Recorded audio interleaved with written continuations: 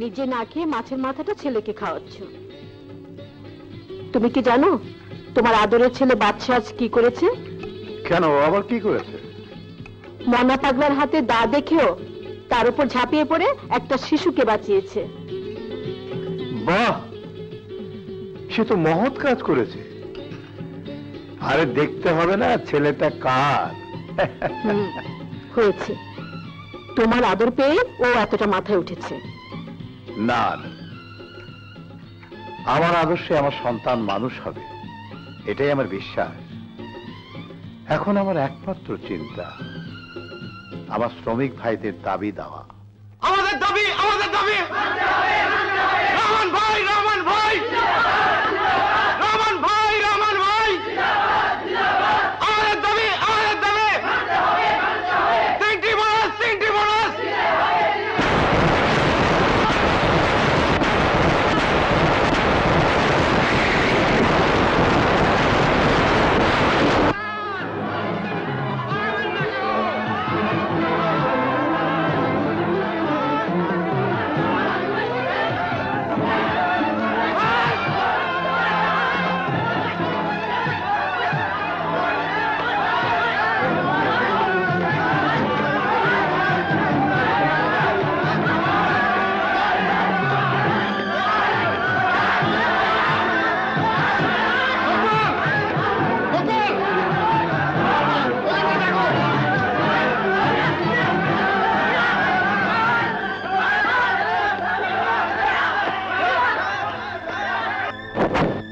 Sir, আরে আসেন আসেন রহমান সাহেব, বসেন, একটু আলোচনা করি। আমি তো এর কোনো অর্থ বুঝতে পারছি না স্যার। শ্রমিকেরা দাবি দেওয়া আদায়ের জন্য আন্দোলন নেমেছে, এর মধ্যে বোমাবাজি পুলিশ হামলা কেন? ও বসেন বসেন রহমান সাহেব, মিছিল আর স্লোগান দিয়ে কোনোদিনই সমস্যার সমাধান হয় না।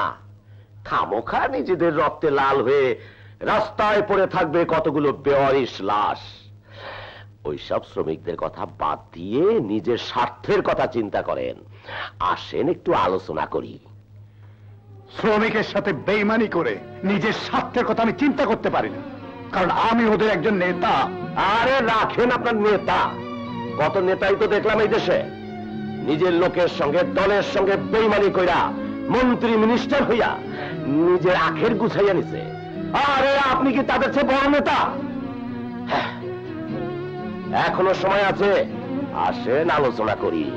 আপনার কোন আলোচনা আমি শুনতে রাজি নই। যতদিন পর্যন্ত শ্রমিকদের ন্যায্য দাবি দেওয়া আদায় না হবে ততদিন পর্যন্ত সংগ্রাম চলবে। চলে, আসসালামু আলাইকুম।